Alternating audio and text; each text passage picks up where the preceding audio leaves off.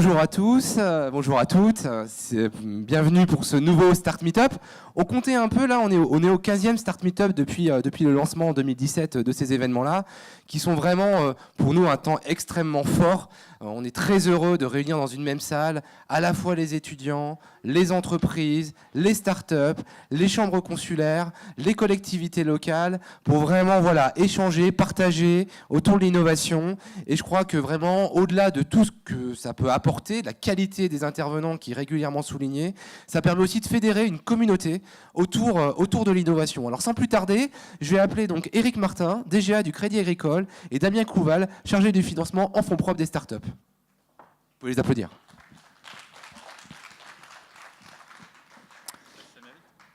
Bien, bonjour à tous, donc Éric Martin, directeur général adjoint du Crédit Agricole. D'habitude, je fais la conclusion, mais là, je devrais m'absenter, donc je m'en excuse auprès des animateurs de cette séance. Ça ne sera pas par désintérêt, mais ça sera vraiment par obligation et à regret que je devrais vous quitter un peu plus tôt. Donc, je vais dire un petit mot en introduction cette fois-ci. Simplement pour rappeler que toute la démarche de Village de l'Innovation et toutes les séances de Start Meetup auxquelles vous êtes nombreux à avoir participé ont pour vocation de développer l'innovation et de développer plus globalement la dynamique économique du territoire de Franche-Comté pour faire en sorte qu'on ait le meilleur de l'innovation, de l'accompagnement des entreprises et du renouvellement de son terreau économique. Donc c'est ça véritablement la raison d'être de notre engagement et de toute la dynamique qu'on essaye d'impulser au travers de ces actions. Donc aujourd'hui, je laisserai Damien développer toute une séance sur la rétention avec des acteurs que Damien présentera également de très grande valeur. Et je voudrais simplement rappeler que tout ça est possible grâce à nos partenaires. Donc on a une vingtaine de partenaires qui accompagnent le Village de l'Innovation et c'est grâce à eux que tout ça est possible. Et je voudrais signaler particulièrement à leur attention qu'ils doivent essayer de leur côté de tirer aussi le meilleur parti de toutes ces initiatives qui sont faites. Et je voudrais partager avec vous une innovation qu'on réalise cette fois-ci. Nous avons, nous, en interne du Crédit Agricole, un comité qui s'appelle le comité de développement et qui a pour vocation de valider les décisions commerciales et les orientations commerciales qu'on prend.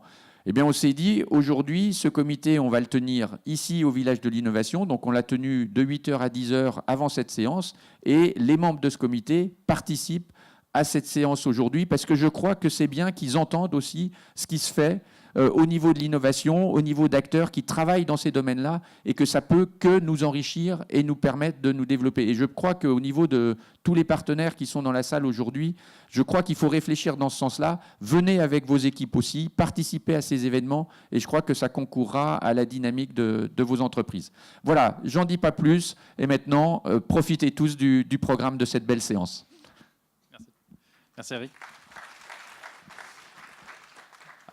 Deux mots rapidement pour resituer un petit peu le sujet de la journée. Donc, le thème est celui de la rétention, mais pour ceux qui sont déjà venus, et je le précise pour les autres, c'est un point qu'on inclut dans un framework qui est bien connu dans l'univers des startups, qui est le framework AARRR, qui est censé basculer et donner une méthodologie sur l'intégralité du parcours client, entre le premier contact au début de la chaîne jusqu'à un client content qui vous recommande de l'autre côté et qui nourrit une dynamique positive.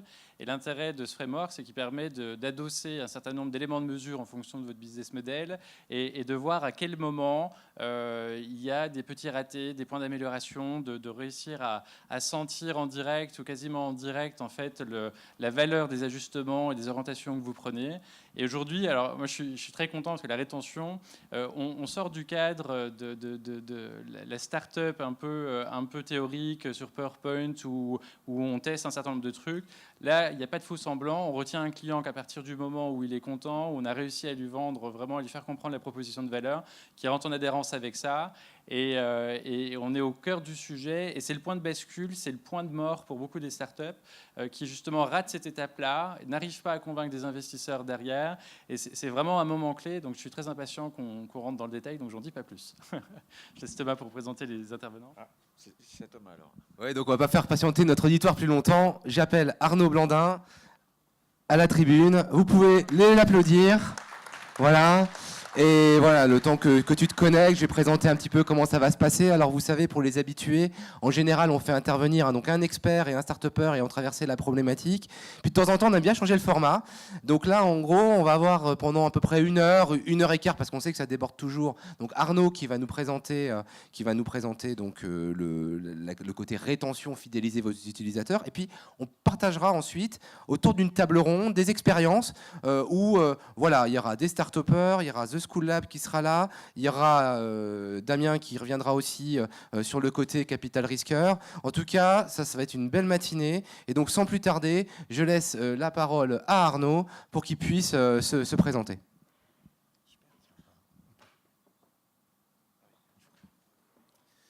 Bonjour. Merci Damien, merci Thomas de m'avoir invité. Je suis vraiment très heureux d'être là avec vous. Comme je le mentionnais ce matin, je connais un petit peu la région. Il se trouve que mon épouse est des Vosges. J'ai assez souvent traversé le territoire. Juste pour moi, avant qu'on commence, combien de chefs d'entreprise dans la salle là?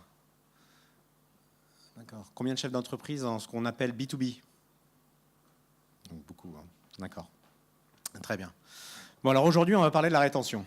De quoi on va parler? On va revenir un petit peu sur le framework pour s'assurer qu'on comprend bien le cadre dans lequel on est. On va rentrer dans le vif du sujet sur la rétention, parler un petit peu de Customer Success, qui est un peu le mot à la mode aujourd'hui dans le B2B sur tout ce qui est les sujets de rétention. Je vais essayer de vous donner quand même quelques règles pour que vous puissiez apprendre un petit peu aujourd'hui et avoir des éléments concrets dès demain ou même dès cet après-midi, si vous voulez vous dire tiens, c'était intéressant ce qu'il m'a raconté ce matin, je vais peut-être essayer de mettre en place certaines mesures. Et puis quelques mots pour conclure. Mais en introduction, je veux juste m'assurer, ici, on va avoir un discours assez franc. Donc si vous avez des questions, n'hésitez pas à revenir vers moi avec ce qui vous brûle. Je vais essayer de vous faire partager le plus possible mes expériences. Il faut qu'on se parle vraiment, surtout pour les chefs d'entreprise. Il faut que vous gardiez en tête que vous soyez bon, que vous soyez bien financé, que vous ayez le bon réseau, que vous ayez la bonne traction, la bonne acquisition, la bonne rétention. La statistique est assez rude. 90% des jeunes PME et des startups vont disparaître dans les 5 premières années. Et c'est pas grave, parce que derrière, on va en faire une autre, et puis on en refera une autre, et puis peut-être qu'elle marchera. Mais gardez bien ça en tête. Cette statistique, mais la deuxième statistique qui est intéressante aussi, c'est que 100% de vos revenus viendront de vos clients. Et j'insiste dessus, 100% de vos revenus viendront de vos clients. Donc focalisez-vous sur les revenus. Les subventions ne seront jamais un objectif. C'est du bonus, pas du business. Et aujourd'hui, on va parler énormément de clients de rétention. Donc un petit mot sur moi, pourquoi je suis là devant vous. Je suis un exécutif typique de boîte logicielle ayant démarré sa carrière dans la Silicon Valley. Je suis aujourd'hui partner chez Antisma Partner. J'ai la chance d'avoir 2 de mes associés qui sont ici, que vous avez rencontrés déjà la dernière fois, Julien et Alexandre. Je suis aussi fondateur d'un cabinet à Singapour qui s'appelle Pufferfish Partners, qui accompagne des belles sociétés technologiques françaises et européennes en Asie. Dans le passé, j'ai travaillé énormément pour une société de B2B qui s'appelait Intalio, qui se focalisait sur du business process management, avec laquelle j'ai tout vécu. J'ai vécu les levées de fonds, ce qu'on a appelé le pivot. À l'époque, ça ne s'appelait pas un pivot, mais en gros, on est passé de 80 personnes à 8 au scale-up rapide, donc grosse, forte adoption, et le déploiement international avant la revente.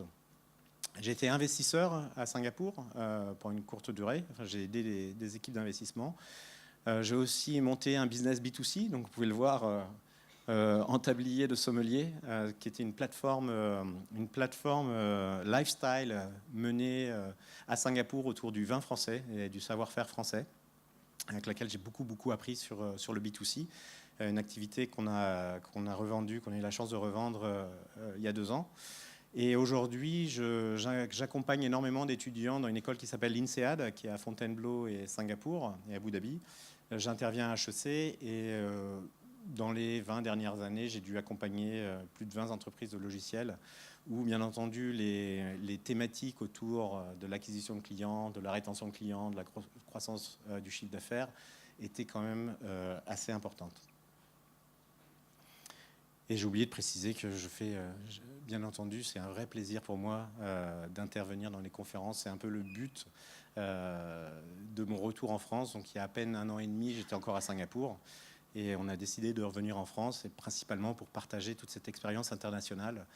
J'ai aucune leçon à donner, bien entendu, juste de l'expérience à partager, et j'espère que ça pourra résonner avec vous. Donc revenons sur le framework AAARR. Juste pour nous assurer qu'on parle bien de la même chose. Donc c'est un framework de 2007 qui a été mis en place par l'incubateur 500 startups, 500 startups, qui était focalisé sur les plateformes SaaS. Et donc les différentes étapes étaient l'acquisition, comment je fais pour attirer des nouveaux clients, l'activation, m'assurer que mes clients vont utiliser ma plateforme, la rétention. Encore une fois, gardez en tête que ce framework a été défini pour des plateformes SaaS. Donc l'idée là de la rétention, c'était de s'assurer qu'on va continuer à utiliser le produit, que le produit va être sticky, qu'on va y revenir. Le referral, comment m'assurer que mes clients deviennent finalement, parlent de moi et m'amènent de nouveaux clients, et le revenu. Et comme Damien l'a précisé, ce qui est intéressant avec ce framework, et on va en parler plus en détail dans quelques planches, l'idée était de se dire, tiens, maintenant que j'ai un framework qui est un peu en entonnoir, quelles sont les métriques que je vais pouvoir associer à chacune des étapes. Et on va revenir dessus. Donc, vous voyez, ils ont pensé le framework en donnant des métriques, en se disant, tiens, sur les 100% clients que j'ai réussi à acquérir, il m'en reste 1% au niveau du revenu. Ça vous permet de commencer à avoir une base, de commencer à vous mesurer, commencer à savoir, à comparer les différentes boîtes SaaS entre elles. Et bien entendu, on se demande, ok, donc super, tu me parles de SaaS, de rétention, mais est-ce que c'est fait pour le B2B, c'est fait pour le B2C? Ce qu'on va voir, ce qui est intéressant, c'est que c'est fait pour les deux, en fait. Donc même si le framework a été mis en place pour des boîtes SaaS qui étaient principalement B2B, les concepts de rétention que je vais mentionner s'appliquent à tous les business, en fait, à tous les business models. Revenons un petit peu sur l'intervention de janvier. Est-ce que beaucoup d'entre vous étaient là en janvier? Oui, tous? Quasi, ouais, beaucoup. Donc on va revenir sur cette intervention rapidement. On vous a parlé d'activation. L'activation, ce n'est pas de la rétention. On vous a donné 2 exemples à l'époque de sociétés qui avaient l'air, sur l'activation, c'était des futures licornes, mais qui se sont plantées quand même. Et on va essayer d'expliquer pourquoi. Et gardez bien ça en tête, surtout les chefs d'entreprise. Aujourd'hui, on va parler essentiellement du client. Donc, qu'est-ce que c'est? Qu'est-ce que c'est que la rétention? Pourquoi une nouvelle catégorie? Est-ce que c'est vraiment nouveau? Est-ce qu'on avait vraiment besoin d'un framework en 2007 pour nous dire, tiens, il faut faire de la rétention? Est-ce que ça fait partie de ces business models disruptifs? C'est ce qu'on va voir.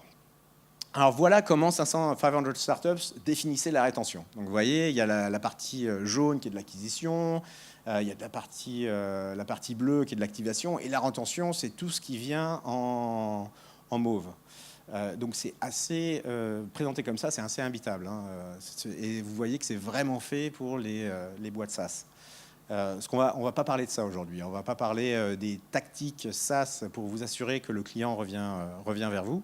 On va plutôt prendre une vue assez globale et parler des techniques de rétention plus globalement.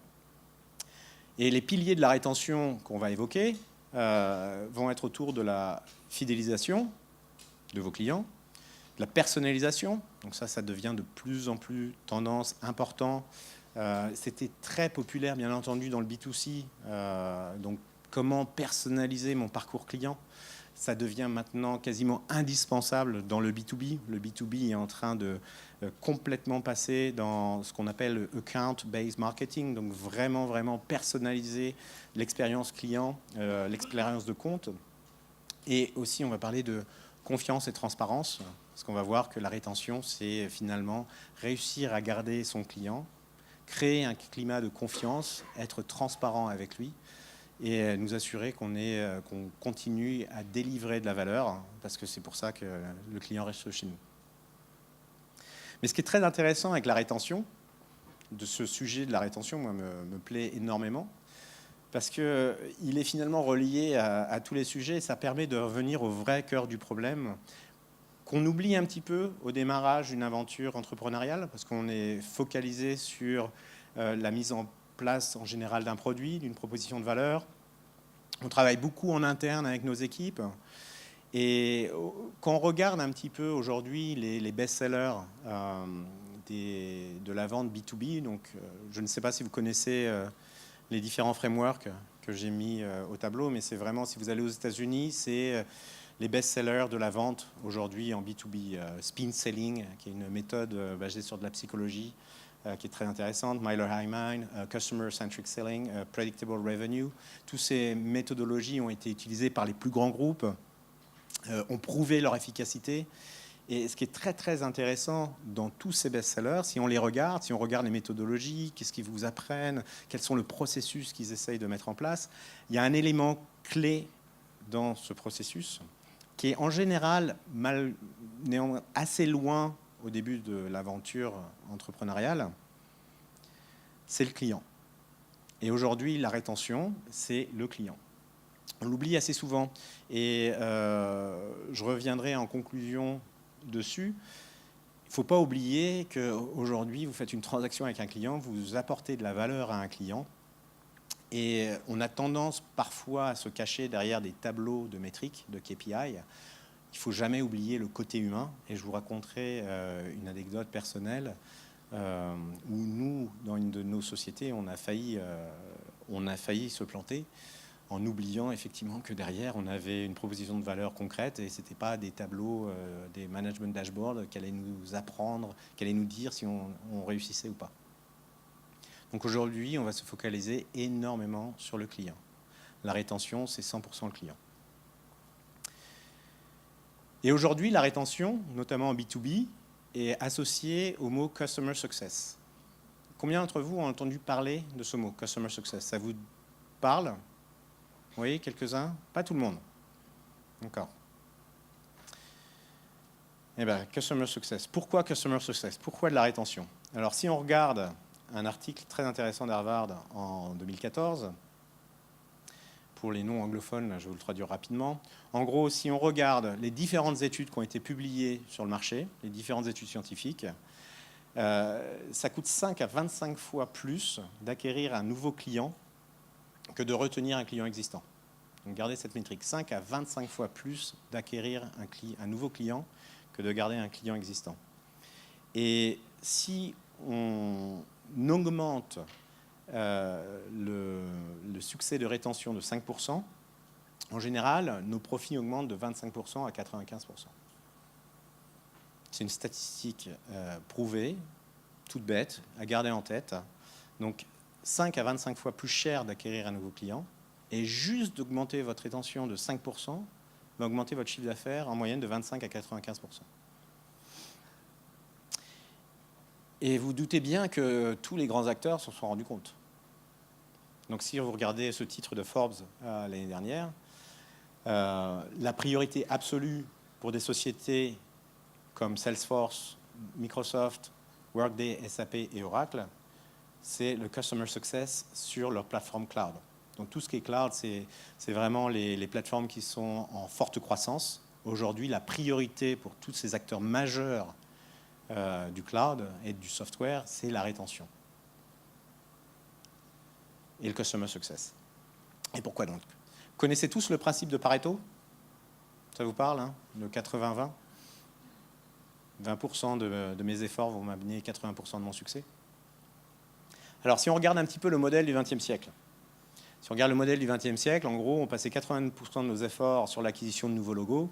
En général, on emmenait un beau vendeur avec un pre-sales ou un ingénieur, et c'était le vendeur qui s'occupait de closer, de faire la vente. C'était la personne la plus importante de la société. Et ensuite, les 20% restants des efforts, c'était sur le support et de la maintenance. D'ailleurs, on ne parlait pas de rétention, on ne parlait pas de customer success, on parlait de support et de maintenance. Les fameux 18% dans le modèle économique. Donc c'était le modèle d'avant, le 80-20. 80% passé sur acquérir de nouveaux clients, 20% sur la maintenance. qu'est-ce que je viens de vous dire juste avant? C'est qu'en fait, ça coûte 5 à 25 fois plus cher d'acquérir des nouveaux clients. Donc, ce serait peut-être temps de regarder ce qu'on va faire au niveau de la rétention. Et tout le monde s'en est rendu compte. Alors, ça, c'est un graphe des recherches Google sur Customer Success depuis 2014. Donc, vous voyez une forte évolution. Finalement, c'est passé de, tiens, c'est intéressant, ces statistiques. 2014, c'est justement la date où a été publié cet article d'Harvard, qui mettait en cohérence toutes ces études scientifiques. Et vous avez vu que tout le monde s'est un petit peu réveillé et s'est dit, tiens, le Customer Success, c'est intéressant. Et ce que j'ai fait pour préparer cette intervention, je me suis dit, si on parle de SaaS, de nos software, le père de tous ces logiciels, presque le grand-père aujourd'hui, c'est Salesforce. Tout le monde, vous connaissez tous Salesforce? Ouais, ça vous parle tous, très belle réussite, SaaS. Je me suis dit, tiens, qu'est-ce que Salesforce nous raconte sur la rétention? Est-ce que tous les chiffres que je raconte se vérifient chez Salesforce ou est-ce que je suis en train de me planter complètement? Et donc, je suis allé juste télécharger le dernier rapport d'actionnaire de Salesforce. Et je me suis rendu compte qu'aujourd'hui, Salesforce a énormément investi pour s'assurer qu'il avait de plus en plus de clients qui dépensaient plus d'1 million de dollars par an chez eux. Un effort énorme a été mis dans les 4 dernières années pour s'assurer que finalement toute la partie rétention, et on verra juste après d'upsell, était poussée à son maximum. Donc tout le monde s'est un petit peu réveillé. Donc le père du software as a service a mis énormément d'efforts dessus. Et l'intérêt de la rétention, chez Salesforce, c'est très simple. C'est que la rétention, c'est pas seulement garder mon client. C'est une fois que je suis dedans, je peux commencer à lui vendre d'autres produits. Je peux commencer à parler à d'autres business units, à d'autres départements, grossir. Et ce qu'on s'est rendu compte avec Salesforce, c'est qu'en fait, ils ont développé énormément de nouveaux produits, de nouveaux business. Donc, énormément de focus se met sur le Customer Success, l'équipe Customer Success, qui est en charge de s'assurer qu'elle comprend tous les problèmes des clients existants, qu'elle maximise l'utilisation des licences Salesforce, mais aussi qu'elle propose tout le temps de nouveaux produits qui font de l'upsell. Et ça ne va pas être les équipes de vente qui vont prendre ça en charge, de faire de l'upsell. Donc c'est de ça que je veux parler aujourd'hui et vous donner des leçons concrètes. Est-ce que je ne vais pas trop? Très bien. Je vais peut-être même un peu trop vite. Ça tombe bien. Comme ça, on aura le temps pour les questions. Donc, vous voyez, c'est la rétention, le Customer Success, le message clé que je veux faire passer aujourd'hui, que vous gardez en tête, c'est très, très, très important. Bien entendu, au démarrage, c'est très important de gagner les premiers clients, mais il faut vraiment se focaliser sur garder ses clients. Et une fois que vous êtes chez un client, focalisez-vous sur ses problèmes à lui. Oubliez un petit peu votre société, focalisez-vous sur le problème du client.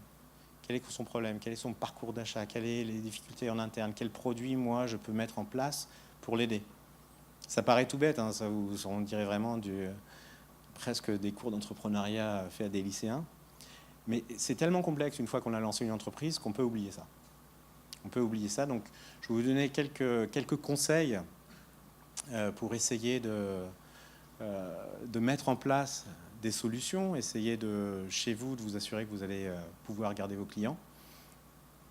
Et j'espère que vous arriverez à les mettre en place. Donc la première qui est pas évidente, c'est n'attendez pas avant de démarrer votre équipe Customer Success. N'attendez vraiment pas. La grande majorité des clients provient de ce qu'on appelle le word of mouth, le bouche à oreille. Soit par des références directes, donc vos clients qui parlent directement de vous en bien, soit indirectes, des études de cas, des témoignages. Comme je vous l'ai montré avant, 5 à 25 fois plus cher d'acquérir un nouveau client. Donc c'est facilement mesurable pour les business models basés sur l'abonnement, les souscriptions. On mesure le ratio de renouvellement, le revenu généré par l'upsell. Mais le principe s'applique à tous les business. Donc, n'attendez pas aujourd'hui, dans la Silicon Valley, une des 10 premières embauches, c'est le Customer Success. Une personne en charge du Customer Success. Et ça paraît contre-intuitif, parce qu'on va se dire mais pourquoi je vais engager quelqu'un en Customer Success alors que mon produit n'est même pas lancé, alors que je n'ai pas encore de clients, alors qu'on est en train de se charger. Mais en fait, le Customer Success Manager, ou vous l'appelez comme vous voulez, au début, va se transformer en la voix du client. Il va être beaucoup plus proche du client, beaucoup plus intime avec le client, comprendre beaucoup plus finement les problématiques du client. Donc, commencez à recruter cette personne très tôt. D'accord ? Oui, une règle que j'ai oublié de vous mentionner, c'est qu'on dit oui, il faut engager un Customer Success. Alors, c'est les chiffres de la Silicon Valley, donc bien entendu, il faut diviser ça sur le marché français. Mais on dit dès qu'on atteint 2 millions de dollars de revenus, il faut absolument un Customer Success. Le piège dans cette phrase, c'est attention, il faut bien comprendre, dès qu'on pense atteindre les 2 millions de dollars, il faut engager le Customer Success. Il ne faut surtout pas attendre d'avoir 2 millions de dollars de revenus, ou on peut diviser par 5, je dirais pour ici, avant d'avoir quelqu'un justement dans l'équipe. C'est une des 10 premières embauches à faire.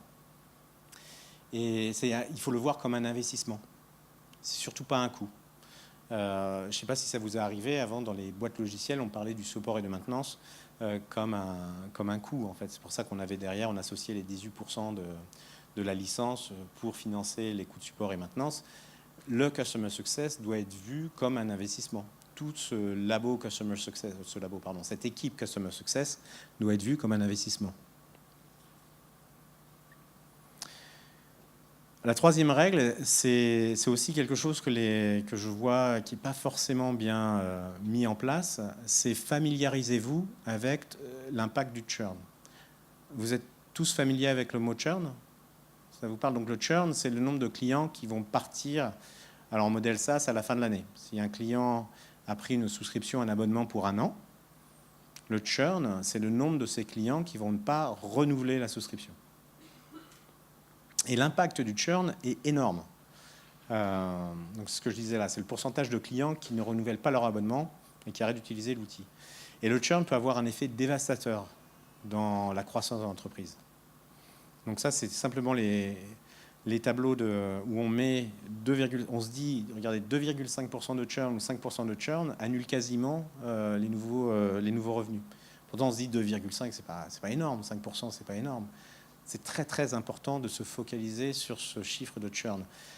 C'est pas acceptable quelque part de perdre un seul client. Il faut vraiment se mettre dans cette optique-là. Notamment quand on est en forte croissance au début, on a l'impression que tous nos nouveaux clients vont contrebalancer tout ce qu'on perd. C'est pas vrai du tout.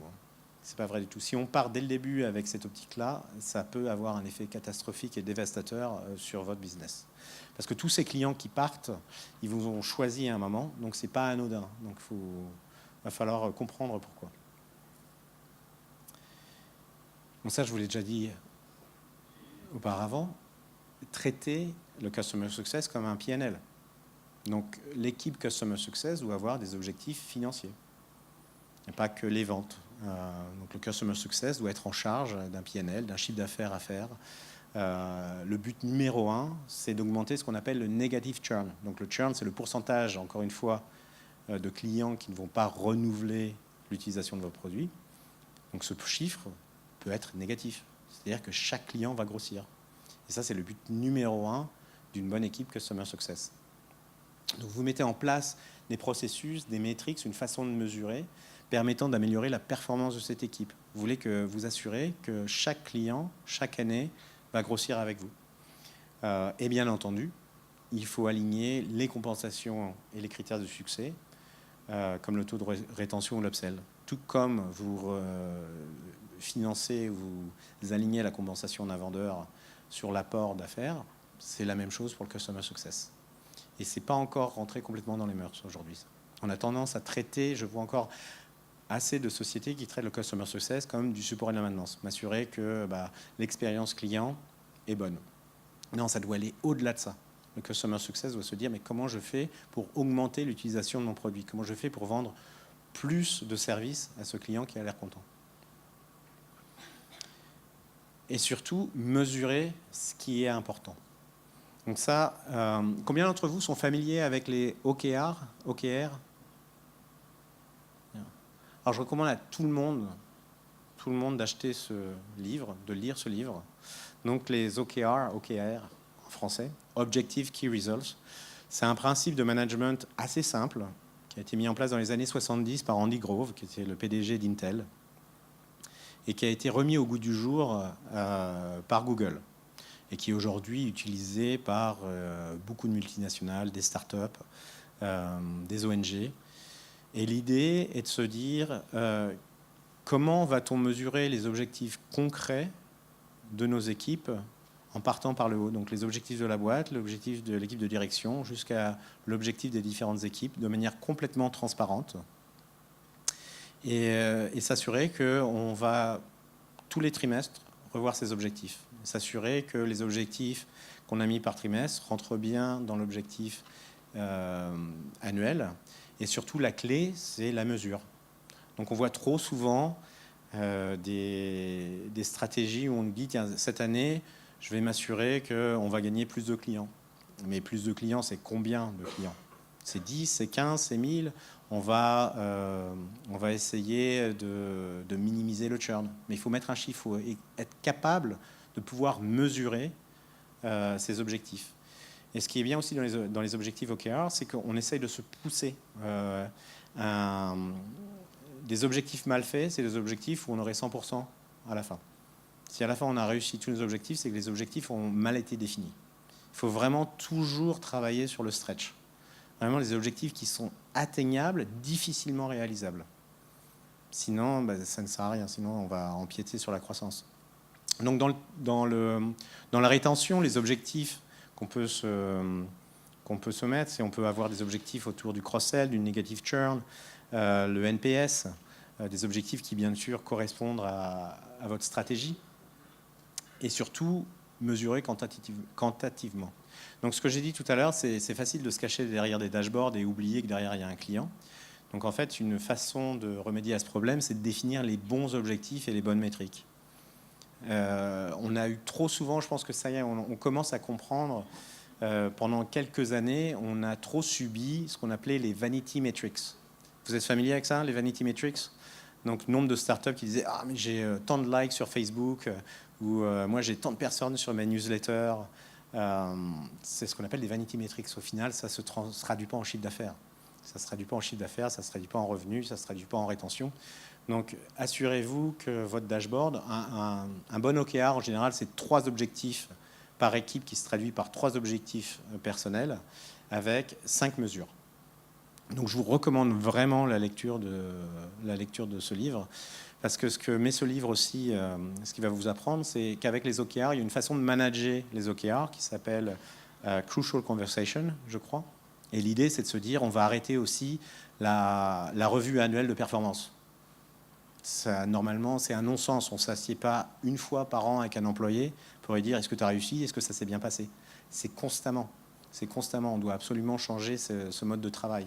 Et les OKR aident un petit peu parce que c'est transparent. Donc, chez Google, n'importe qui chez Google peut aller voir quels sont les objectifs d'Eric Schmidt aujourd'hui. N'importe qui peut aller voir les objectifs de tout le monde. C'est transparent. On sait que c'est aligné avec la vision de l'entreprise. Donc, je vous recommande vraiment de mettre ce type de stratégie en place dans vos équipes. Et ça marche de la multinationale à l'ETI, à la start-up. C'est une façon de faire qui fédère les équipes, bizarrement. On a l'impression qu'on donne beaucoup plus de transparence. La réalité, c'est que ça fédère les équipes et ça permet d'aller tout de suite à l'essentiel. N'oubliez pas, néanmoins, de vous poser les bonnes questions. Donc là encore, c'est des chiffres qui viennent principalement des États-Unis, qui sont un gros marché. Mais en fonction de la phase de croissance dans laquelle vous êtes, vous allez avoir différentes métriques sur lesquelles vous allez vous focaliser. Au début, c'est l'attraction. Que veulent mes clients? Qu'est-ce qu'ils font avec mon produit? Ensuite, vous allez passer par la phase d'adoption, quand vous avez commencé à grossir. Donc, pourquoi nos clients adoptent nos produits? Dans quel processus? Et comment ils l'utilisent de manière quotidienne? Après, vous allez commencer à vraiment parier de plus en plus sur la rétention. C'est là que la rétention va faire énormément pour votre croissance. Donc pourquoi nos clients continuent à utiliser nos produits? Qu'est-ce qui fait qu'ils continuent à utiliser nos produits? Ensuite, l'expansion, bien sûr. Comment je peux créer d'autres produits pour aider mon client dans sa croissance? Et finalement, après, c'est l'optimisation. L'optimisation où on passe par l'automatisation, l'amélioration par la donnée. Et je vous souhaite à tous de rentrer dans la catégorie de l'optimisation.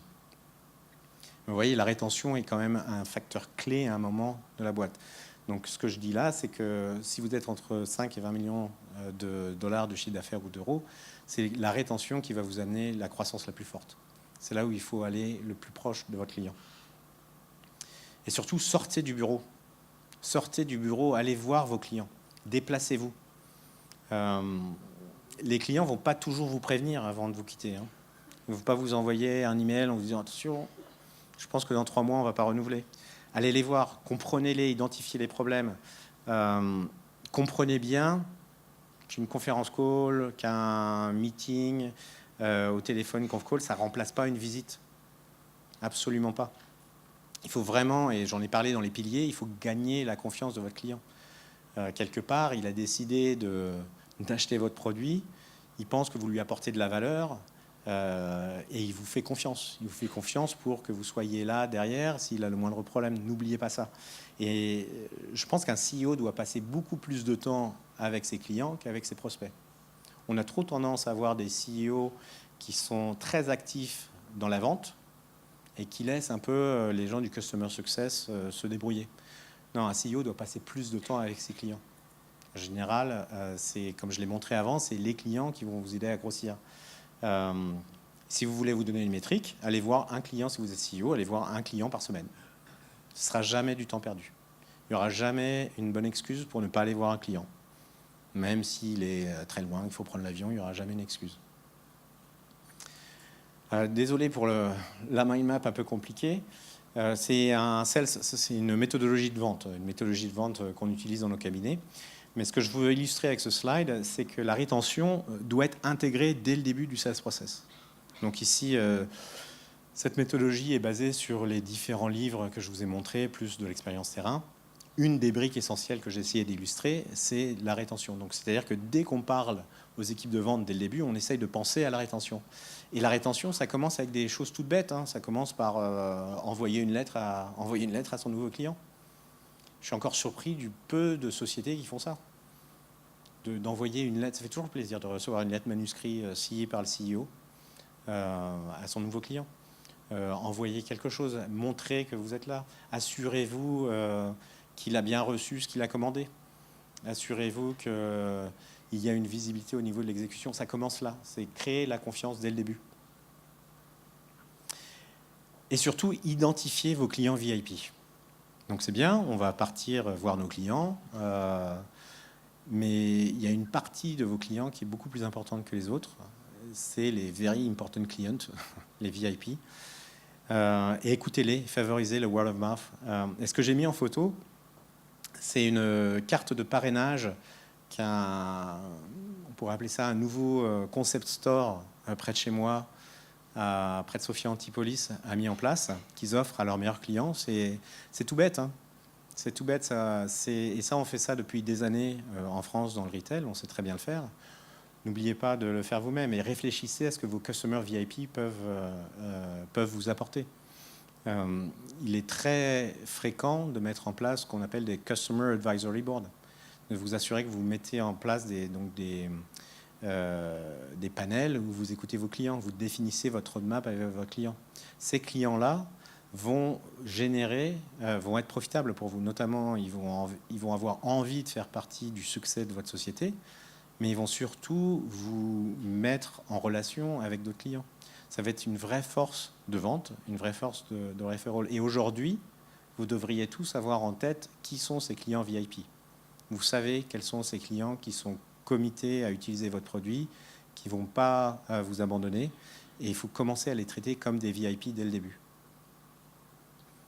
Vous avez vu, c'est presque du common sense, on dit en anglais.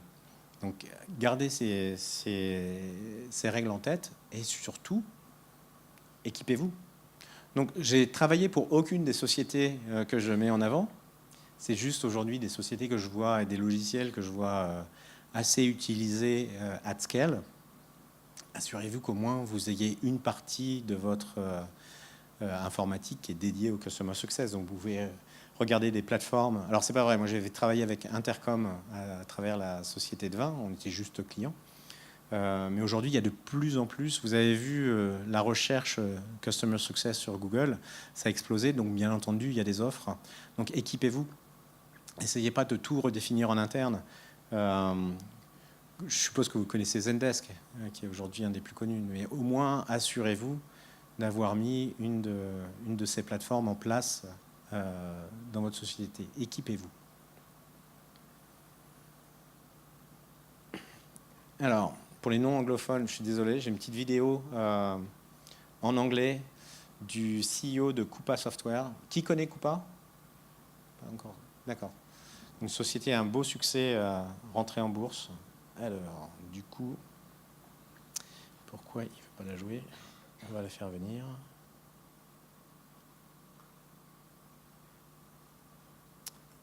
Sinon, on va la mettre directement.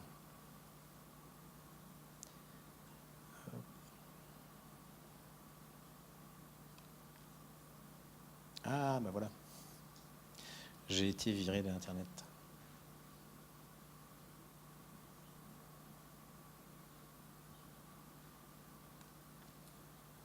Customer and Donc Coupa, c'est vraiment une belle success story. C'est la success story classique, levée de fonds, acquisition de clients, rétention, nouvelle levée de fonds et bourse, IPO, Nasdaq. Et voilà ce que le CEO en dit. this change. Ah oui, oui. On va passer sur l'autre écran. Alors, est-ce que c'est celui-là? Ah, il est là. Alors, du coup, hop. This change to a SaaS, or what I like to call value as a service model, is once in a lifetime, right? I mean, you want to try to keep your customers forever. And if you're able to deliver value for them, you should be able to keep them forever. Yeah. So I want to make sure that with everything we do, with all the desires to go from 1 to 10, and 10 to 50, and all the things that we talk about in terms of scaling SaaS, to not lose sight of each individual customer and the value that we could deliver for them. And I think that's one of the areas that's very important to me, and we're trying to do it that way from customers that are a few hundred employees to huge multinationals with tens and tens of thousands of users.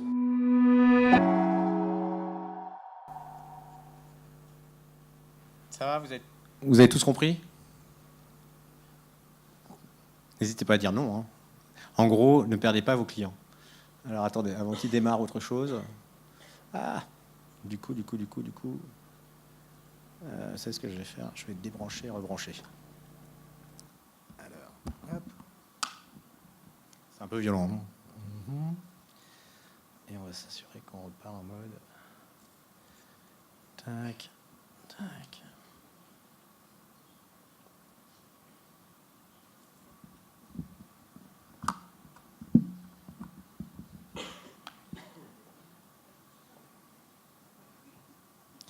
Alors je vais finir avec quelques exemples qui me parlaient plus de mon expérience. Et je vais revenir sur Château Hégia. Donc comme je vous l'ai dit, c'était une plateforme lifestyle autour du vin et du champagne français. Et on était très très bien outillés. On vendait du vin en ligne sur Singapour. Et je peux vous dire qu'on traquait absolument tout.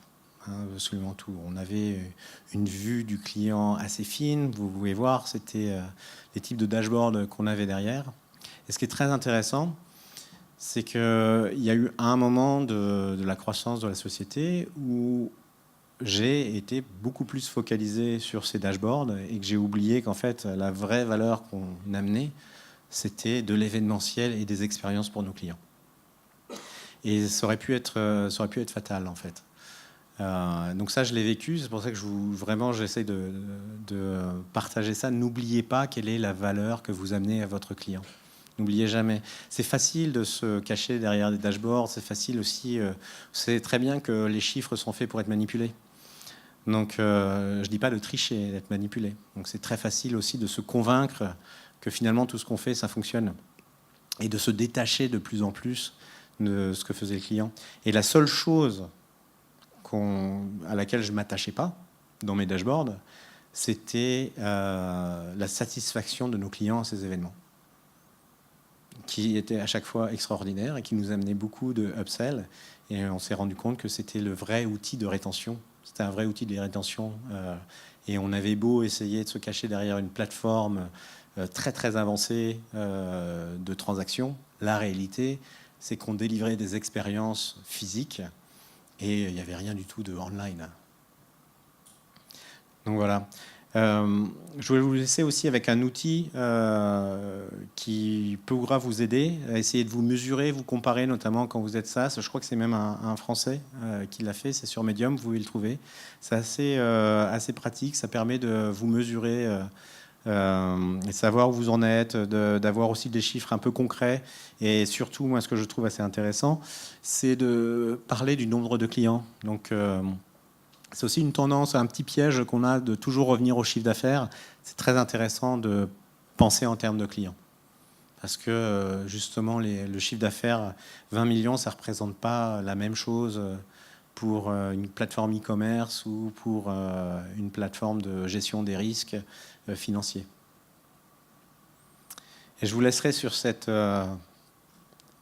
citation de Philippe Kotler, qui était un grand marketeur, professeur. La meilleure publicité est faite par vos clients satisfaits. N'oubliez jamais ça. J'espère que j'ai réussi à vous convaincre et à vous donner quelques pistes sur la rétention et surtout vous convaincre que c'est impensable aujourd'hui de ne pas parler rétention dans vos comités de direction, entre vous, de ne pas aller voir vos clients. Vous serez surpris du nombre de sociétés qu'on rencontre qui ne vont jamais voir leurs clients parce qu'elles se cachent derrière le fait qu'elles sont SaaS. Allez voir vos clients, sortez ou amenez-les à Besançon, encore mieux. Faites-les venir ici et mettez vraiment la rétention assez haut dans vos compétences en interne. Voilà, merci beaucoup.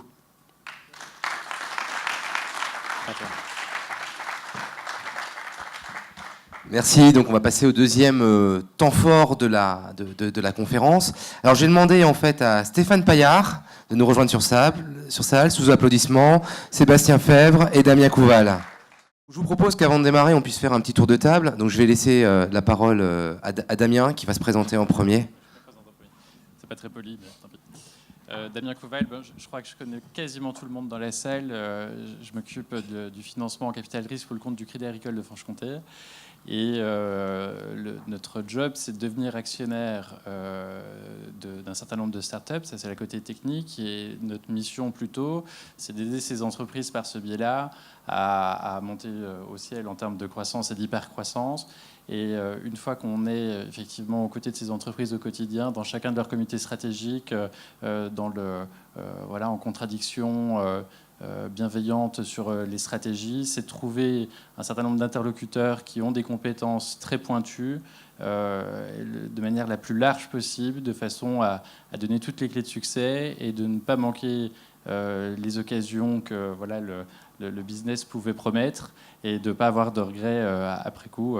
Donc c'est ça notre mission, et on essaye de faire que l'expérience des uns et des autres puisse ventiler et servir à d'autres projets, et avec vraiment cet alignement de pensée, ce mindset qui soit orienté croissance. On aime bien l'innovation, mais on aime mieux l'exécution et la croissance, et on essaye de beaucoup le rappeler. On le voit dans les startups qu'on accompagne. Voilà, en 2 mots. À moi, okay. Bonjour à tous, donc moi c'est Stéphane, je travaille à School Lab, c'est un studio d'innovation à Paris. Alors, on commence un petit peu à s'impliquer en région, donc d'où ma présence ici, parce qu'on a fait un partenariat avec le village Baïséa, justement pour aider les startups à être mieux accompagnées, à avoir accès aussi au réseau parisien, parce que globalement dans la scène de financement, etc., il y a quand même beaucoup plus d'investisseurs à Paris qu'en région. Donc l'idée, ça va être aussi de favoriser aussi l'accès des startups régionales à la scène plus nationale que représente Paris. Donc voilà. À School Lab, moi je m'occupe de tous les programmes startup. Donc on a 5 programmes à Paris, on a 4000 m² de bureaux, et là on est en train d'ouvrir des bureaux à San Francisco, Ho Chi Minh, Taïwan. Donc on est en train de faire notre expansion internationale. On a levé 10 millions d'euros en fin d'année 2018.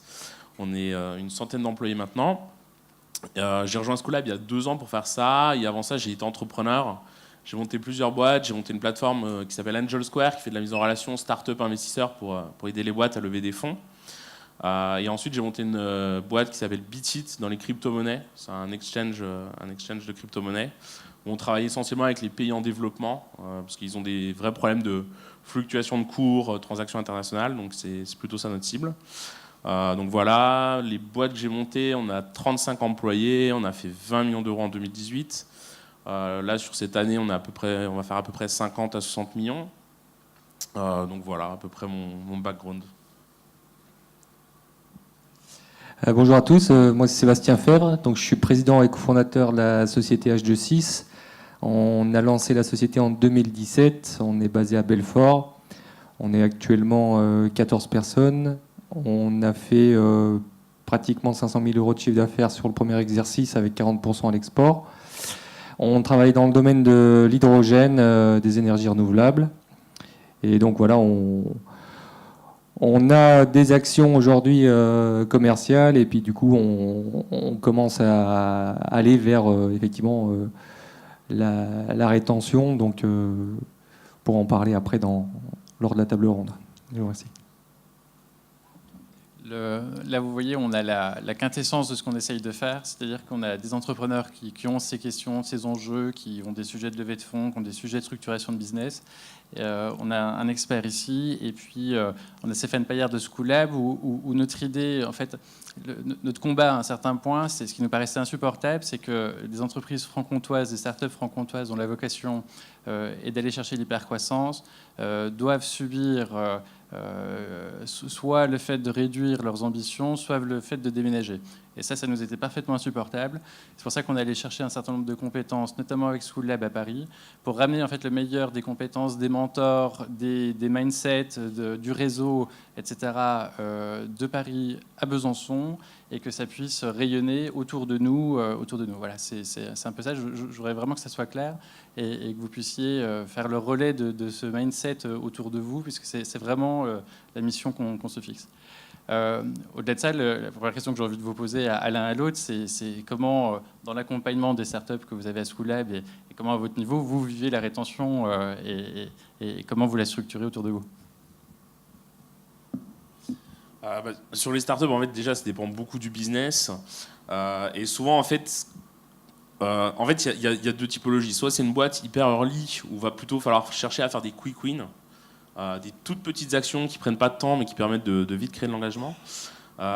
Typiquement, un des trucs sur Angel Square, quand on a lancé la boîte, on avait du mal en fait à ce que les investisseurs lisent les mails. Pourtant, on faisait des beaux templates, on passait du temps. Ça nous prenait vraiment beaucoup de temps. Un jour, on n'avait pas le temps et tout. On shoot un mail sans design, tout moche et tout. Et 80% de taux d'ouverture. On est là, on fait, bon, d'habitude, on fait un super design, on se fait chier à faire un truc. Ça marche pas. Bon, ok. Et en fait, on se dit, bon, bah, on va quand même appeler quelques invests. On va leur demander pourquoi ils ont plus ouvert ce mail-là que l'autre. Et en fait, ils nous ont tous dit, bah, en fait, on avait l'impression que c'était plus personnel que quand il y avait un design. Donc en fait, on avait plus l'impression que ça nous était adressé personnellement. Donc typiquement, ça c'est un truc, bon, c'était un peu une erreur parce que on n'avait juste pas le temps de faire le design à ce moment-là. Mais en fait, souvent, il faut vraiment tester des petits trucs comme ça dans vos boîtes, parce qu'en fait, parfois, vous allez avoir des vrais résultats sans même le vouloir, et parfois en gagnant du temps. Donc ça, c'est un des trucs. Chez Bitit aussi, ce qu'on a fait, qu'on a mis en place, c'est qu'on avait vraiment besoin, à un moment donné, d'augmenter le volume. Parce que dans la finance, en général, il faut faire vraiment du volume pour gagner de l'argent. Parce que sur les transactions, on gagne des pourcents, mais on gagne peu d'euros purs. Et en fait, ce qu'on a fait, c'est qu'on a créé de l'urgence. En fait, comme on s'est rendu compte que les gens utilisaient en fait, les cryptos parce qu'ils avaient des problèmes de transactions d'un pays à l'autre, etc., dans les pays en développement, on s'est dit, en fait, il faut créer encore plus d'urgence pour que les gens achètent encore plus vite. Et en fait, ce qu'on faisait, c'est que tous les jours, on envoyait des prédictions sur si le cours allait augmenter ou baisser. Comme ça forçait en fait les gens à venir acheter immédiatement. Donc ça, c'est des petits trucs aussi qui permettent. Faut aussi jouer un peu sur l'émotion en fait quand vous voulez faire des ventes parfois. Donc ça, c'est un peu des trucs que moi j'ai mis en place dans les boîtes. Après, de façon plus générale dans les boîtes, souvent les boîtes se concentrent en fait sur aller chercher plus de clients plus vite. Et en fait, ils oublient que déjà, aller chercher de nouveaux clients, en fait, ça a un coût. Et en fait, des fois, c'est plus simple de vite re-signer un client que d'aller en chercher un nouveau. Donc à School Lab, on est très focus en fait, sur les sales. Et dès que vous avez un client, on dit essayez d'en tirer le maximum de valeur. Déjà parce que quand vous allez aller voir un investisseur aussi, vous avez votre lifetime value, qui est le combien ça vous a coûté dans le client, combien ça vous a rapporté, qui en fait va augmenter. Donc vous allez aussi attirer beaucoup plus les investisseurs en faisant ça. Donc en fait, quand vous allez aller chercher de l'argent, il vaut mieux avoir moins de clients mais qui rapportent beaucoup d'argent que plein de clients qui rapportent peu. Parce que globalement, quand vous allez augmenter votre volume de clients, vous allez faire juste vraiment beaucoup plus d'argent qu'avant. Donc voilà, donc on se focus essentiellement là-dessus quoi, dans l'accompagnement. De notre côté, la démarche commerciale qu'on a mis en place au lancement de la société, c'était, sans parler de rétention, mais on avait déjà en tout cas mis une stratégie de customer oriented. Donc on avait une proposition de valeur, mais qui était encore assez ouverte pour justement pouvoir s'adapter un peu plus précisément à la demande du client. Ce qui a fait, je pense, qu'on a pu générer ce chiffre d'affaires la première année, qui était du coup conforme aux prévisions qu'on avait faites. Et effectivement, on est allé voir les clients. Alors nous, on n'est pas dans le SAS.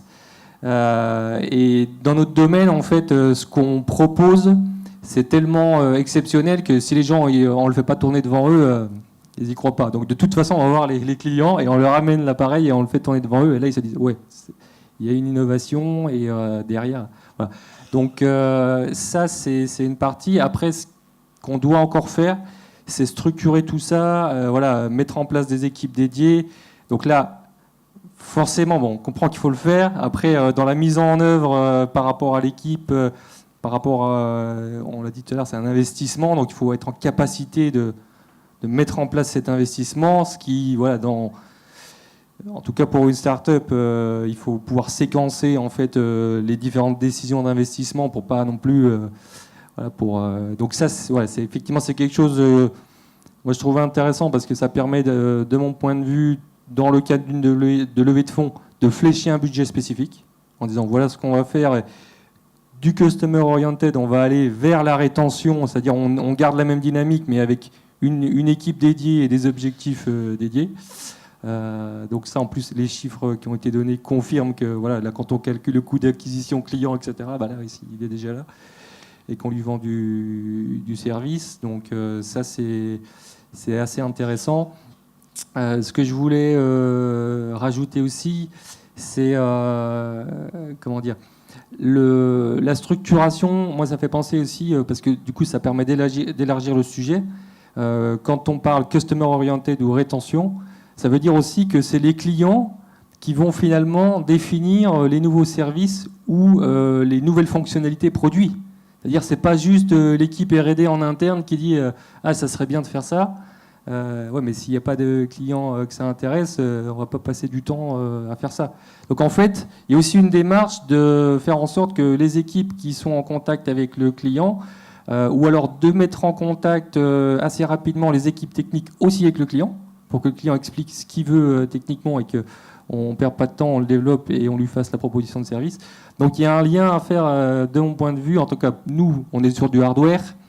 Voilà, avec les équipes R&D, les équipes commerciales et marketing et du coup la future équipe rétention. Pour voilà, qu'on ait vraiment une cohérence en interne sur tout ça et voilà, vraiment prendre des décisions avisées sur la roadmap R&D à venir. Moi, je trouve ça très intéressant ce que tu dis là, parce que c'est effectivement un de nos combats. J'utilise beaucoup le mot combat, mais effectivement, c'est pas pour rien. Sur la distinction, notamment en fait en vue de la première levée de fonds, et c'est encore plus vrai en vue de la seconde levée de fonds. Quand on se positionne, on voit beaucoup de porteurs de projets qui viennent et qui nous expliquent ce qu'ils font a plein de vertus, que c'est très bien, que c'est très innovant, que c'est très, enfin voilà, c'est parfait pour la planète et pour les gens et tout ça, c'est très bien. Mais très vite, il faut pouvoir mettre une virgule, aller à la ligne et tout de suite s'orienter effectivement sur les enjeux d'exécution, de clients, de revenus, de projection. Et c'est ça qui, effectivement, viendra convaincre un investisseur en fait, sur la capacité des dirigeants à mener et à exécuter le projet et à donner toute, justement, l'ampleur au projet, d'autant plus qu'il était vertueux, qu'il avait plein de qualités, qu'il était très innovant, etc. Et en fait, c'est ce twist mental. Je dis ça pour ceux qui vraiment pensent à lever prochainement ou à faire une série A. C'est ce twist mental en fait qu'il faut pouvoir intégrer en disant très bien, ne tombez pas dans le piège de penser que parce que votre produit a plein de vertus et de par lui-même, ça va enclencher un certain nombre de choses. Il y a un twist mental qu'il faut réussir à dépasser et à se projeter sur de l'exécution et voilà d'être orienté client et d'avoir des process qui exécutent et qui permettent d'être tracés en termes de revenus. Ça donnera confiance aux investisseurs, ça donnera, ce sera lisible pour les équipes, ça permettra de recruter beaucoup plus facilement, parce qu'en fait le message que vous adresserez à un certain nombre de personnes, et notamment des commerciaux qui savent discriminer les entreprises dans lesquelles elles veulent aller, enfin où ils veulent aller, tout ça en fait crée une émulation hyper positive qui crée de la confiance, qui crée de l'exécution et qui donne une caisse de résonance à votre projet, d'autant plus qu'il était innovant, vertueux, etc. Et c'est primordial pour nous. Ouais, ça, à School-Lab, effectivement, on a un sujet là-dessus, c'est qu'on accompagne de plus en plus de boîtes qui font de la tech for good, live for good. On a un programme d'ailleurs avec Live for Good, qui est une association justement autour de ces sujets-là. Et en fait, ces boîtes-là, en fait, ce qui est assez drôle, c'est que quand ils viennent en incubation, donc ils veulent changer l'environnement, changer les inégalités sociales, etc. Et en fait, dès qu'on creuse, on leur dit ouais, mais c'est quoi ton business model? Parce qu'en fait, c'est bien, mais il va falloir quand même financer ta boîte. En fait, les mecs pensent que c'est normal de ne pas gagner de l'argent. Et en fait, on est obligé de leur dire non, en fait, c'est bien d'avoir un impact, mais en fait, si tu n'arrives pas à le financer, ton impact en fait va être nul. Donc en fait, ça c'est un truc qu'il faut garder toujours à l'esprit, même si vous voulez faire des boîtes qui seront bien pour la planète, etc. Il faut toujours avoir un impact financier en vrai pour vous. Parce qu'en fait, vous ne pourrez jamais avoir un impact social, environnemental ou quoi que ce soit si vous n'êtes pas rentable. Parce que la rentabilité fait que vous pouvez financer des investissements, fait que vous allez augmenter votre impact. Donc ça, c'est un sujet à School-Lab qu'on traite de plus en plus. Donc gardez toujours à l'esprit que vaut mieux avoir du cash pour financer tout ce que vous voulez faire que de chercher des subventions, des donations, etc.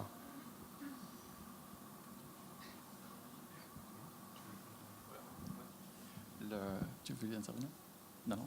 Vous avez c'est peut-être le moment d'ouvrir le champ des questions. On a un petit peu de temps devant nous, donc n'hésitez pas. Il y a plusieurs intervenants, donc c'est le moment.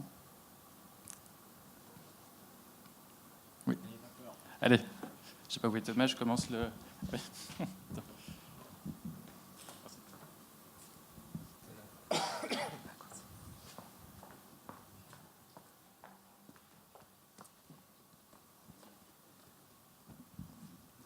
Merci. Voilà, alors j'ai une question sur la rétention. Bon, ça, on a bien compris. Le customer success, du coup, on se centre sur le client. La proposition de valeur, il faut qu'elle soit claire, mais le client, comme l'a précisé donc Sébastien, il a plutôt tendance à nous emmener sur une diversité de choses à faire.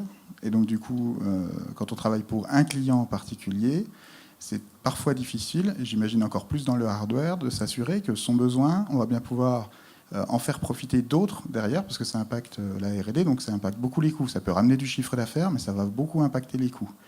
Et donc, si on n'est pas capable finalement de le reproduire sur toute une série de clients qui auraient été d'ailleurs segmentés pour ça au préalable, ça va être très compliqué après. Et finalement, on nous demande de réfléchir, finalement, nous, en tant que start-up, à discriminer et choisir un business. Mais en fait, le client, lui, va nous emmener dans une diversité de choses qui rapportent quand même de l'argent. Donc, du coup, je suis un peu perdu dans tout ça.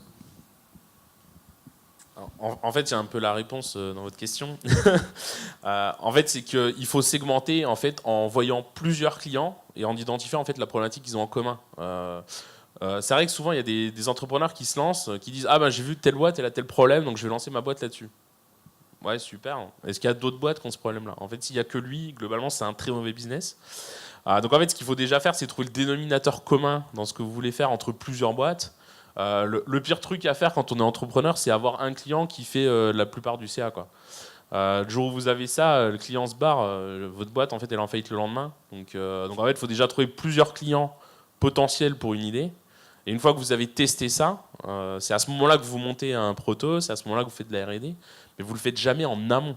Vous le faites à partir de ce que vous avez pu observer sur un pool de clients potentiels et jamais sur une demande d'un client. Le pire truc qui arrive aux startups souvent à Paris, c'est il y a plein de grosses boîtes super stylées. Puis ils vont voir les startups, ils font ah j'ai une super idée, tu me fais un POC, je te paye pas. Puis franchement si ça marche, après je te promets je te fais un contrat. Donc les mecs, il y en a qui ont la mauvaise idée de se dire que c'est une bonne idée de travailler un grand groupe. Donc ils font le POC, ils passent 6 mois, le mec en fait ça marche pas, donc ils n'auront jamais de contrat. Donc non seulement ils ont perdu 6 mois de leur temps, ils sont focus que sur ce client-là, puis quand ils vont démarcher de nouveaux clients en se disant bon j'ai quand même mon POC, bah en fait il n'y a personne d'autre qui en a besoin. Donc là en fait ils ont perdu 6 mois, ils ont un POC qui sert à rien, donc il faut qu'ils recommencent à zéro. Donc en fait ça c'est le pire truc à faire en fait. Faut tout le temps se dire, je trouve déjà plusieurs clients potentiels, ensuite je construis un truc, ensuite je le vends à tous ces clients-là, et après j'itère à partir de ça. Voilà. En gros, c'est un peu ça le... Je vais juste ajouter, ouais. Alors, la question, effectivement, après, je crois qu'il ne faut pas aller trop vite dans la réflexion que vous avez amenée. C'est-à-dire, pour moi, la première chose, c'est de récupérer de l'information. C'est pas de dire au client, oui, je vous fais un nouveau devis pour ce que vous venez de me demander là. C'est-à-dire de l'écouter, de récupérer l'information, de synthétiser cette information avec d'autres informations. Mais je dirais la première chose est faite. On va voir son client, on discute avec, on l'écoute. Donc il a quelqu'un avec qui il a partagé sa problématique. Et après, voilà, c'est une analyse à faire en interne de est-ce qu'il y a du bis derrière sur d'autres? Est-ce que les efforts que je vais concentrer là, je vais pouvoir les diviser par le nombre de nouveaux services ou de nouvelles fonctionnalités que je vais commercialiser? Voilà, c'est pas de lui dire oui tout de suite. Et après, en tout cas, là, c'est partager une anecdote ou une expérience. Il faut aussi, sur certains cas, dire ça, moi, je sais pas le faire. Même si on est très motivé, même si on a envie de faire progresser la boîte, et que peut-être qu'avec des nouvelles compétences ou autres, on arrivera à le faire parce qu'on est des têtus, on a envie que ça marche, etc. Mais il faut aussi, à un moment donné, dire voilà, ça, c'est pas moi qui vais vous le proposer. Ou alors, dans le meilleur des cas, lui proposer une solution avec un partenaire qui nous renverra la balle sur une autre affaire ou autre. Mais il faut aussi, je pense, des fois, ne pas dire non, ça, c'est pas, je décline, je ne sais pas le faire, c'est pas pour moi. Alors, pour ajouter, pour complémenter, c'est même pas je sais pas le faire, c'est je veux pas le faire. Donc, une autre façon de voir les choses aussi, c'est de revenir à la vision première de la société, ce que vous avez envie de faire, pourquoi vous êtes décidé de créer cette société. Et alors, je vais employer un gros mot, et d'aligner cette vision sur du marketing stratégique. Et vous pas, effectivement, comme on vous le disait, c'est vrai que le grand danger, c'est de se faire embarquer par un client qui finalement vous voit comme un centre de R&D externalisé. Non, il faut revenir à votre vision première, à ce que vous avez envie de faire, le marketing stratégique, et être fort de ses convictions. Et là où c'est le plus difficile pour un entrepreneur, et c'est là où on va tester votre qualité de résilience, c'est qu'il est évident qu'au début, vous allez avoir ce contrat juteux potentiel de quelque chose que vous ne voulez pas faire et un manque de cash. Et donc là, j'aurais tendance à dire, résilience, c'est pas grave, on ne fait pas ce qu'on n'a pas envie de faire. C'est pas pour ça qu'on a décidé de se lever le matin. Ouais. J'en rajoute pas plus, mais le Julien Coulon, qui était intervenu l'année dernière, donc cofondateur de CDX6, avait une formule pour ça. Il parlait du 5 degrés Est. Il disait j'ai une ligne de vue de fuite, et puis mes clients m'amènent 5 degrés Est, mine de rien, et je me retrouve embarqué 6 mois, 1 an après, à faire quelque chose qui n'était pas du tout mon idée au départ, qui ne me fait pas plaisir, qui n'embarque pas mes équipes, et je me demande ce que je fais, quoi. Moi j'ai une question en fait, ça fait suite un petit peu à l'échange qu'on a eu ce matin sur les profils des bonhommes en fait, parce que quand on est une start-up, il y a un moment donné, on fait aussi avec des moyens, qui sont ce qu'ils sont. Des fois des équipes qui sont pas non plus très nombreuses. Puis alors donc en même temps il faut faire du développement, puis il faut aller rencontrer des clients, et puis il faut gérer la paperasse, et puis voilà. Et puis il faut avoir toutes les compétences sur place. Et donc moi je voudrais savoir un petit peu quel profil de bonhomme en fait pour faire ça. Même le CEO, on a dit tout à l'heure en fait qu'il était important qu'il qu'il puisse aller personnellement rencontrer les clients, mais en même temps, il est sollicité par ses équipes et il doit être aux côtés de ses équipes. Est-ce que des fois, voilà, sur le profil des bonhommes, j'aurais bien aimé avoir en fait une réflexion. Souvent, on sait qu'en plus de ça, les start-upers, c'est des gens, tu vois, qui viennent de la tech, donc qui sont pas forcément rodés non plus à ce relationnel. Voilà, comment on travaille tout ça voilà. Comment vous le vivez, vous, dans vos boîtes, quoi? Alors déjà, tant qu'on n'a pas de client, on ne fait pas de dev. Ça, c'est la première règle. En fait, pour démarrer une startup, même tech, il n'y a pas besoin de faire de tech. En vrai, au 21e siècle, il y a 1 million d'outils pour prototyper. Celui qui m'explique par A plus B qu'il a besoin d'un CTO, je lui dis non, tu n'en as pas besoin. Déjà parce qu'il n'y en a pas sur le marché, donc de toute façon, tu n'en trouveras pas. 2, tu n'as même pas l'argent pour le payer, donc il ne viendra pas dans ta boîte. Et en vrai, avec tous les outils qu'il y a à l'heure actuelle, on peut tester son idée de 1001 façons différentes. Il n'y a vraiment pas besoin de faire de tech, quoi. My Little Paris, ils se sont lancés avec une newsletter par email. Nous, Angel Square, on a fait pareil. Au début, on n'avait pas une plateforme avec un CRM hyper custom pour les levées de fonds. On faisait juste de la newsletter, on envoyait des mails à des invests, on disait tiens, le dossier t'intéresse, oui, non, puis c'est tout, quoi. Enfin, il n'y a pas besoin, même pour faire de la crypto, quand on a lancé une boîte de crypto, donc tout le monde nous dit ouais, c'est une boîte hyper tech, etc. On a fait 0 ligne de code pour lancer une boîte dans les crypto-monnaies. On a imprimé des cartes, c'était des coupons qu'on pouvait convertir en crypto, on les a vendus à la maison du Bitcoin à Paris. Les mecs sortaient, puis on leur disait par contre, on a un problème, en fait, c'est que tu viens d'acheter une carte, mais on n'a pas de plateforme pour te les convertir. Donc rends-moi mon coupon, je t'envoie des bitcoins, et puis du coup, je remettais le coupon à la maison du Bitcoin. Donc en vrai, il n'y a pas besoin de faire de tech pour faire une boîte tech, du moins pas pour prototyper. Donc ça déjà, c'est le premier truc où il faut être clair, c'est on n'a pas besoin d'un techos pour démarrer une boîte tech. Là où on va en avoir besoin, c'est après quand il va falloir scale un peu les opérations. Parce qu'être devant la maison du Bitcoin toute la journée, bon, c'est bien, mais c'est pas très scalable. Donc voilà, mais au moins ça permet déjà de tester. Ça permet déjà de tester s'il y a une appétence du marché pour ce qu'on fait et voir si on a intérêt à aller plus loin. Est-ce qu'on a intérêt à trouver de l'argent pour le faire? Est-ce qu'on met du temps? Et moi, sur toutes mes boîtes, j'ai jamais fait de tech, alors que j'ai monté une boîte avec un associé que j'ai en commun sur plusieurs boîtes. Et après, on a des associés en plus sur les boîtes. Nous, on a 2 profils tech. On a fait Epitech, donc on sait développer, quoi. Et pourtant, on n'a jamais voulu faire une ligne de code en lançant nos boîtes. Parce qu'on s'est toujours dit, en fait, ça va juste nous faire perdre du temps. Il va falloir qu'on change 1 million de features dès la 2e semaine, etc. Donc on s'est toujours dit, tant qu'on ne fait pas de cash, c'est hors de question qu'on code. Donc en fait, il faut vraiment avoir ce mindset-là. Même si on sait développer, il ne faut surtout pas développer. Parce qu'il y a des façons 1000 fois plus intéressantes de tester un business qui seront plus souples que ce qu'on fait nous et qui prendront moins de temps, en fait. Donc voilà. Donc en vrai, une bonne équipe, c'est déjà une équipe qui arrive à travailler ensemble, qui a des profils complémentaires. Il ne faut pas vraiment avoir tout à fait le même profil. Mais on n'a pas forcément besoin d'une personne tech dans l'équipe pour démarrer une boîte tech. Ça, c'est le truc où il faut qu'on fasse consensus. Après, effectivement, la relation client, c'est important. Si on est en B2B, il faut quand même avoir des compétences un peu en sales, en égo. Donc voilà, donc c'est plutôt les qualités humaines qu'il va falloir chercher que les compétences. Enfin, les hard skills, ça se paye. Les soft skills, ça se paye pas. Soit les gens l'ont, soit ils l'ont pas, mais c'est compliqué de faire monter les gens en compétence sur des soft skills. Les hard skills, on peut payer une formation, on peut payer un freelance pendant 3 semaines. Donc il n'y a jamais de problème à acquérir des hard skills sur le marché. Par contre, des gens qui ont des soft skills et qui sont bons là-dedans, c'est beaucoup plus compliqué à obtenir. Donc je dirais en premier lieu, il faut déjà trouver les bons soft skills pour la boîte. Et les hard skills, soit on se forme en tant que CEO, on peut se former à tout, on apprend sur le tas, on peut apprendre de nos clients, etc. Les hard skills, c'est un truc qu'on paye, quoi. Donc voilà. Oui, en fait, c'est exactement ça. Faut déjà, comment on dit, fendre l'armure. Et puis, il faut se regarder dans le miroir aussi, hein. On oublie, au tout début, on oublie le titre de CEO. Il y a CTO, C, whatever. Non, on fait tout, hein, du café à passer l'aspirateur, à aller rencontrer les clients nous-mêmes, à se prendre les claques nous-mêmes. D'ailleurs, c'est une des métriques dans la croissance d'une boîte. Une des métriques importantes pour un investisseur, c'est de comprendre le nombre de ventes qui ont été faites par quelqu'un d'autre que le CEO. Parce qu'au début, le CEO doit incarner le projet. Il doit incarner le projet, l'équipe dirigeante doit incarner le projet.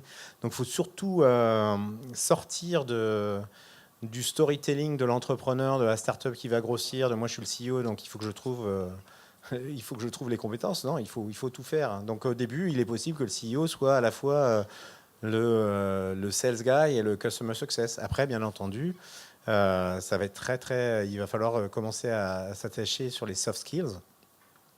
Parce que ça va être beaucoup d'écoute et à la fois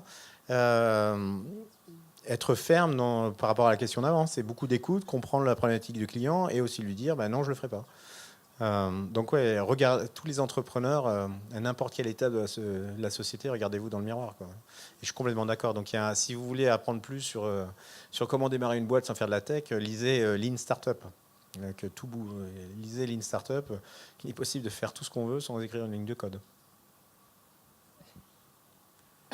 Juste pour compléter, totalement d'accord avec ce qu'ont dit Stéphane et Arnaud. Alors, moi, à la base, j'ai formation ingénieur, très cartésien, orienté produit.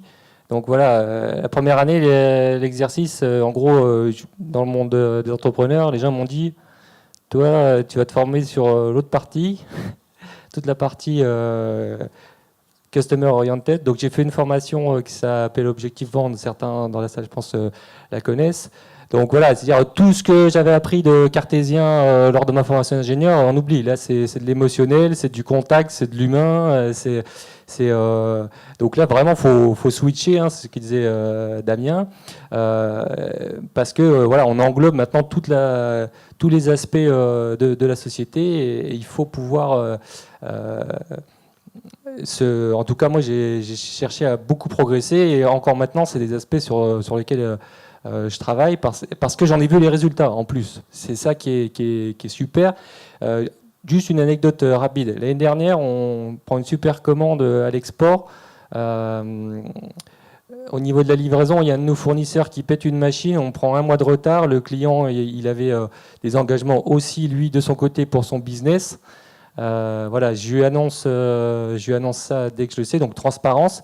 Et en fait, je dis à mon équipe, je prends l'avion semaine prochaine, je vais le voir. Et voilà, en plus de ça, je vais le voir. On prépare un plan, on lui explique comment on va faire pour arriver à travailler sur ce retard d'1 mois supplémentaire.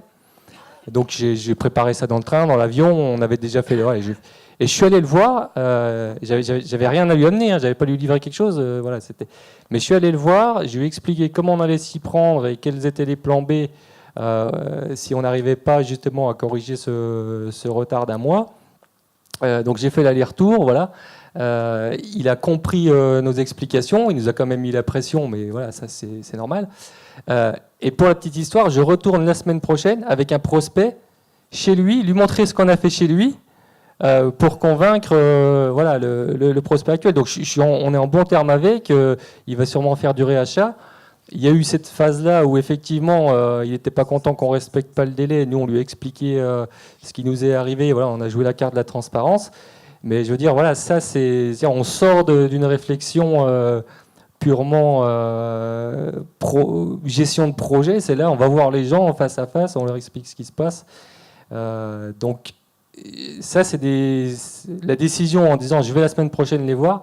Si j'avais pas fait un petit peu d'exercice sur toute la partie autour du comment on s'occupe du client, comment on l'écoute et comment on interagit avec lui, je pense que j'aurais pas pris cette décision-là. J'aurais été peut-être plutôt en disant on travaille comme des fous chez nous pour rattraper le retard, qui finalement il y a d'autres façons de traiter la problématique. Voilà.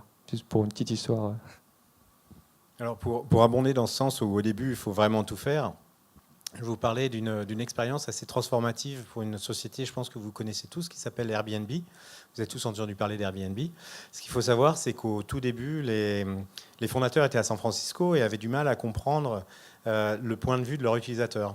Et ce qu'ils ont décidé de faire, c'est de dire, on vous offre, sélectionner les utilisateurs et de leur dire, on vous offre des photos gratuites pour mettre en valeur votre logement sur le site.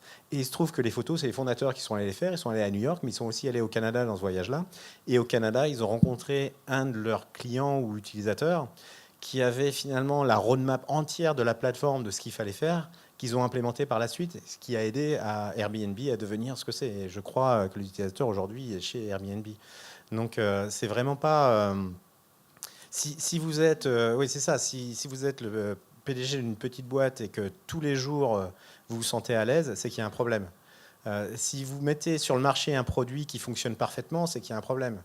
Il n'y a aucune société logicielle qui est parfaitement contente du logiciel qu'elle a mis sur le marché. Donc il faut que vous soyez, surtout au début, c'est toujours sur la...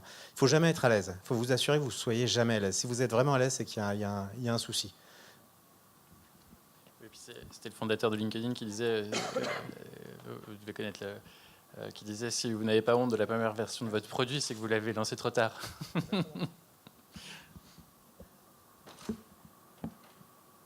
Moi, j'ai juste une question, parce qu'on en parle beaucoup, nous, dans le milieu bancaire. Comment vous gérez, vous, la réclamation, en fait? La réclamation client, comment vous la percevez? Comment vous la gérez, vous, au niveau startup, en fait?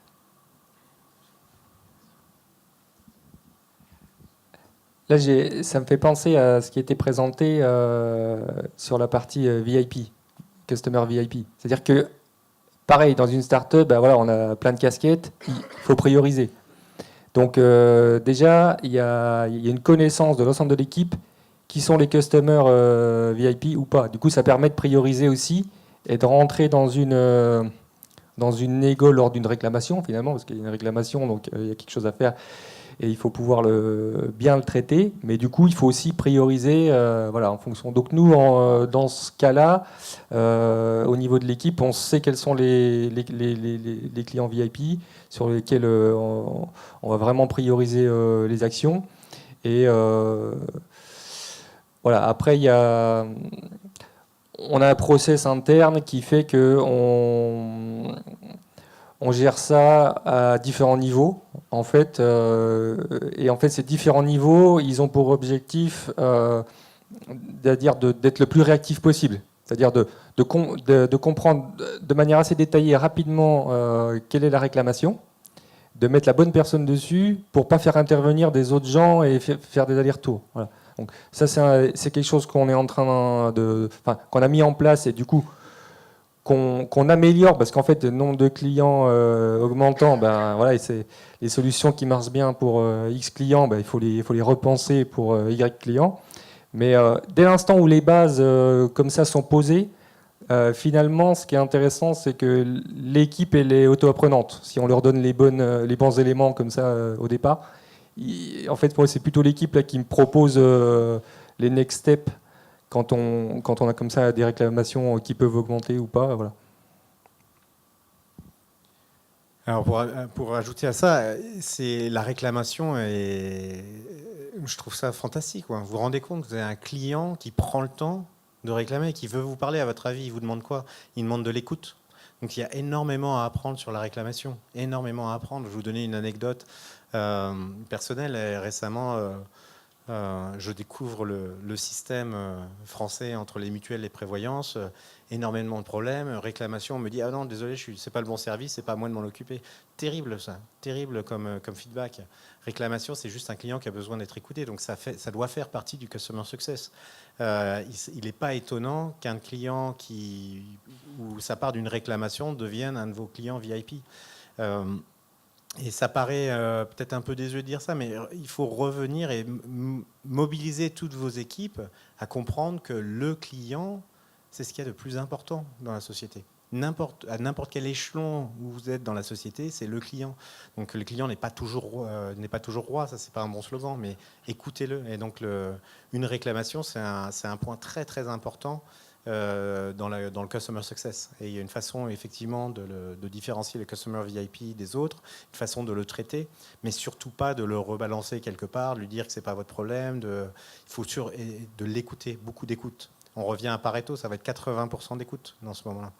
Ne parlez pas. Autre petite astuce pour les vendeurs, un vendeur qui parle trop est un mauvais vendeur. Si un vendeur commence une présentation PowerPoint, on a 1 heure, 45 minutes de présentation, un quart d'heure de questions, il y a un problème. Ouais, alors les clients. Alors sur Angel Square, c'est un peu différent parce qu'on est payé que au succès. Donc en fait, on est obligé de traiter très bien tous nos clients. Sinon, on a un vrai problème business. On est payé qu'au succès. Donc en fait, si on réussit pas la boîte à lever des fonds, on n'est jamais payé. Donc c'est embêtant et ça prend quand même beaucoup de temps quand même à rencontrer le fondateur, revoir son pitch deck, le conseiller sur sa strat, sur les clauses qu'il va devoir négocier. Donc en vrai, il vaut mieux qu'on soit très performant pour être payé. Donc en fait, tous nos clients sont VIP. Il n'y a pas de client pas VIP. Si on pense qu'un client va pas être VIP sur Angel Square, en fait, on l'accepte pas, tout simplement. On lui dit que non, c'est pas pour nous, etc. D'autant plus que nous, on a un vrai enjeu, c'est que pour l'instant, on faisait que du seed. Maintenant, on va beaucoup plus sur des séries A, voire B actuellement. Parce qu'en fait, quand on est identifié comme un bon acteur de la levée de fonds, en fait, le but, c'est que le mec revienne directement lever chez nous. Et comme on a des paniers moyens hyper importants, parce qu'on prend entre 3 et 5% de la levée de fonds, donc on gagne quand même pas mal d'argent sur un deal. Sauf qu'un deal à 500 000 ou un deal à 3 millions, c'est pas pareil. Ça nous prend autant de temps à traiter. En fait, une levée de fonds de 3 millions qu'une levée de fonds de 500 000, ça nous prend le même temps. Par contre, le panier à la sortie est vraiment différent. Donc sur Angel Square, on a une politique de prendre que des clients VIP et on prend rien d'autre. Pareil pour les invests. En fait, la différence avec pas mal de plateformes qui font du crowd equity, etc. Nous, on s'est focus que sur des investisseurs qui posent au moins 50 000 l'année. Tous les paniers en dessous, on ne les accepte pas. Pourquoi ? Parce qu'en fait, on veut conseiller au mieux les gens. Et on ne peut pas conseiller des gens qui nous disent ah ouais, c'est pour la défiscalisation, je veux mettre que 1000 balles, etc. C'est non, nous, on veut que des investisseurs qui s'engagent dans les boîtes et qui sont vraiment intéressés par le projet. Donc en fait, pour être intéressé par le projet, c'est pas de mettre 500 ou 1000 balles dans une boîte. Quand on commence à mettre 10, 20, 30 000 dans une boîte, là, on commence vraiment à vouloir suivre le projet. Donc nous, ça a été notre strat, c'est d'être très VIP et sur les investisseurs et sur les startups. Donc on n'a pas tellement de satisfaction client. Nous, c'est plutôt le repeat qui est hyper intéressant. Mais nous, on a une politique qui est que du client VIP. Sur Bitit, c'est un peu différent. Après, c'est plus lié au marché des crypto-monnaies. On a beaucoup de réclamations, mais qui est plus lié en fait au fait qu'on ne traite pas assez vite les transactions et tout, mais là c'est plus lié au monde financier. Souvent ils remplissent pas bien les KYC, ils ont oublié d'uploader tel ou tel document. Donc là c'est plutôt du support que du customer success, c'est juste le mec a pas bien fait son taf en s'inscrivant. Et donc il attend, il nous insulte parce qu'il veut ses bitcoins et on lui dit non mais tant que tu n'as pas mis ta carte d'identité, tu n'auras pas tes bitcoins. Mais là c'est plutôt, c'est plutôt une partie liée au business pur qui est le contrôle et l'identification. Que le mec n'est pas content de ce qu'il a acheté, quoi. Ok. Non, ce que je voulais rajouter, c'est qu'il y a des entreprises entières qui ont bâti leur succès et quasiment leur raison d'être sur cet aspect-là de la réclamation. C'est-à-dire que la plupart du temps, on part de l'idée que les entreprises ont un bon embryon de business model à partir du moment où elles résolvent des problèmes. Et d'ailleurs, c'est un autre écueil, c'est j'ai une super idée, j'ai un début de solution. Oui, on s'en fout. C'est quoi le problème que tu adresses ? Est-ce que c'est un problème tangible, concret, en croissance, face auquel les gens ont envie de s'engager, de mettre de l'argent, etc., etc. Et je pense au succès de Captain Train, typiquement, qui me semble un bon exemple. C'est une entreprise qui s'est revendue 200 millions à un concurrent anglais récemment. Ça fait partie des beaux succès français, si on considère qu'une session est un succès. Mais le Captain Train travaillait sur l'idée que la prise en charge, justement, de la manière de réserver ou d'obtenir de l'information sur justement la partie train, enfin prendre un billet de train, etc., n'était pas au top. Et quasiment l'intégralité de leurs équipes était justement sur la réclamation, la prise en charge des clients. Et voilà. Et ça bâtit quasiment l'intégralité de leur succès. Il y a des mots pour ça. Hein. On parle de dare, care et share. Oser mettre de l'intention, mettre de l'amour quasiment dans le client et puis et que ça se diffuse largement derrière. Donc c'est pas un petit sujet et c'est si vrai que certaines boîtes ne grossissent que par cet axe-là. Ok, une dernière question, une dernière remarque ? C'est sans regret ? Je crois qu'on peut applaudir les intervenants de cette table ronde.